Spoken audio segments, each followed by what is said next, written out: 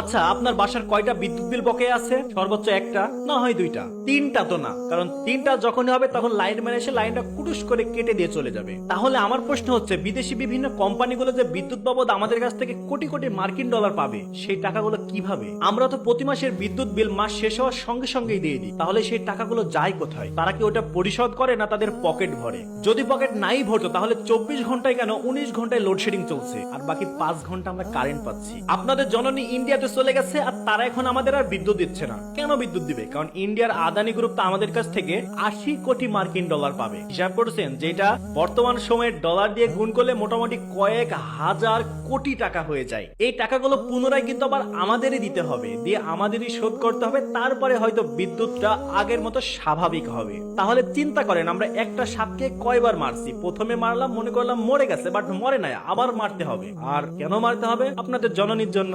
আপনাদের